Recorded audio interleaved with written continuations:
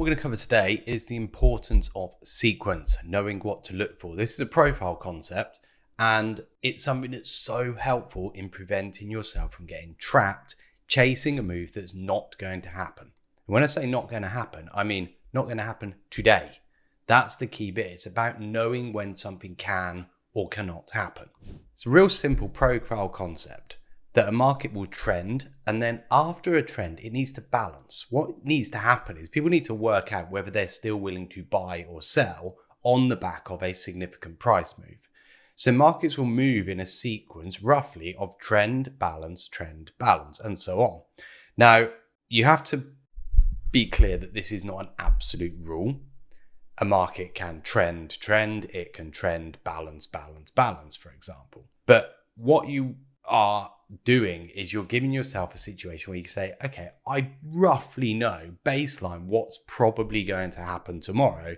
And so therefore I can adapt my strategies, adapt the way I trade to what is the likely scenario. This is so important in how you plan your day out, how you plan your week out. We cover loads of this when we're sort of training people. It's not just about learning setups. It's about learning what is likely to happen. So if you want to know more on that, link below, come join the webinar, go visit the website as well. So let's cover this. Let's go and have a look at a recent example. This is the one that followed non-farm payrolls at the beginning of June. And what we got was a trend day post-payrolls. So if you go and look at the profile, this is what we had. The profile on the right is the RTH, so cash session S&P post-payrolls. What's happened there then is we've opened for the little blue O at the top of the profile. We have traded lower, and we have done the classic trend-like profile whereby you see these pockets of low volume interspersed with pockets of high volume. Absolute classic trend day. So this is your textbook trend day. The trap that so many traders fell into on the Monday was thinking, excellent, market has broken down, we've broken through some significant levels, this is gonna go. Yeah, this is the big one. Now, this is unlikely to be the big one because you're following the sequence. Trend days are typically followed by balance days. So you're coming into Monday thinking balance. What do you get on Monday? Balance. Now, in terms of how you're going to approach this, I wouldn't necessarily say you want to be trying to sell and then buy and sell and buy. More what you're looking for is to say, okay, well, Friday was a trend down. If I'm playing a balance, I'm going to play a balance by selling it from the top, playing down, but with lower expectations. I don't expect this to trend on for miles. I expect this to roll down. And if it starts to fall into a bit of trouble towards the lows, I'm going to give this one up. By having that in mind, you prevent yourself getting too sucked into the initial pace early on. The feeling that if you don't get short, it's going to go without you. It's unlikely to. Not only that, second profile concept, we have this cave. You've got this nice cave of volume between around about 74.15 and 74.65. It's likely to get stuck there anyway. So the concept of trend and balance, or imbalance and then balance, is that part of the balance fills out these areas of low volume. So you're also thinking, well, it needs to fill that before it moves. So if it is going to move on this day, it's likely to need to fill this and then get moving.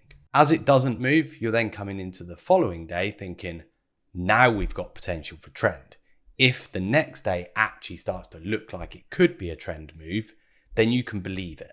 You don't want to be thinking, maybe I'll hold back on this. You want to be looking at the following day and thinking, if this starts looking like a trend, I am absolutely going for it. What happens the next day? Absolutely turns into a trend, at least the early part of the day.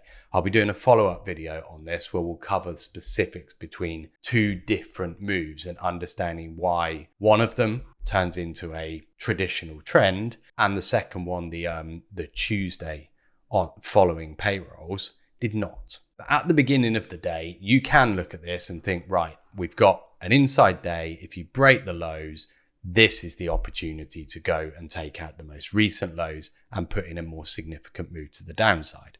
So again, we've got that trend mentality. Now, the fact that we end up closing quite high at 73.90 suggests that this actually didn't complete as a trend day. So this is where then the sequence has to be adapted slightly. You still expect balance, but because you've got this very wide value area, there's no obvious place to balance within it. It's not like the Monday, the second chart that I've got there, where it balanced very clearly in a cave.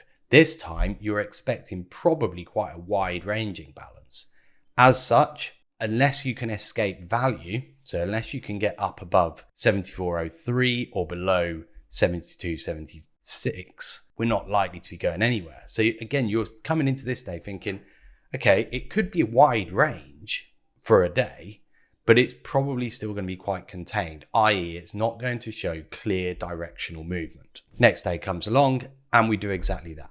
It's quite a wide range. You've got around about 130 point range, but it is still very contained. It is a day that does have a lot of two-directional trade in it. What's so important is understanding that sequence. If you understand that sequence, if you're grounded in that sort of profile understanding, then you're able to sort of approach a day with an expectation. I'm not saying it's guaranteed to happen, but if you've got a baseline expectation, you're then going into the day thinking, right, I think I know what's going on today.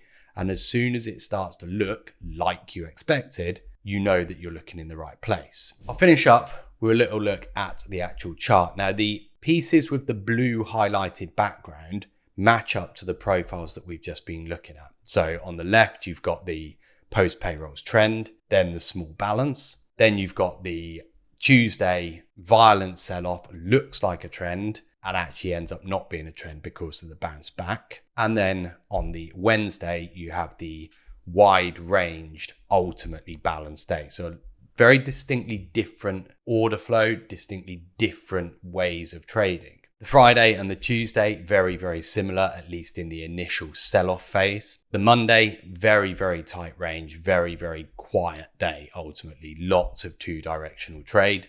And then on the Wednesday, it's similar to Monday, just more violent. And the violence comes from the fact that volatility has increased significantly due to those two imbalanced days. So understand that concept of imbalance, balance, imbalance, balance is so crucial to making sure you're taking on the right trades, you're making the right choices on any given day.